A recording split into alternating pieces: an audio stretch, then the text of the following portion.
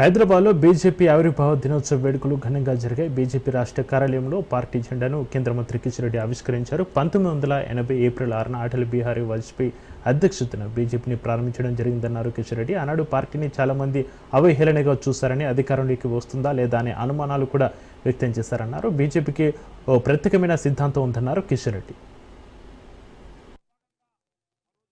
Bharatiya Janata party ప్రారంభించడం జరిగింది.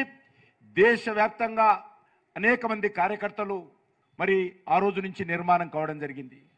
తెలంగాణ రాష్ట్రంలో ఆంధ్రప్రదేశ్ మొట్టమొదటి అధ్యక్షులుగా మరి రాయలసీమ జిల్లాల నుంచి డిఎస్పీ రెడ్డి గారు ఎమ్మెల్సీగా పట్టభద్రుల నుంచి గెలిచినటువంటి వారు మొదటి అధ్యక్షులుగా ఇక్కడ పార్టీ ప్రారంభించడం జరిగింది.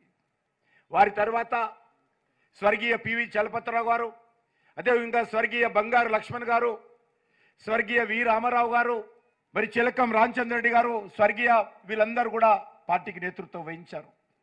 అదేవిధంగా గౌరవనీయులు వెంకయ్య నాయుడు గారు, బండారు దత్తాత్రేయ గారు, ఇంద్రసేనారెడ్డి గారు, అనేక మంది లక్ష్మణ్ గారు, బండి సంజయ్ గారు, అనేక మంది అధ్యక్షులుగా ఈ పార్టీకి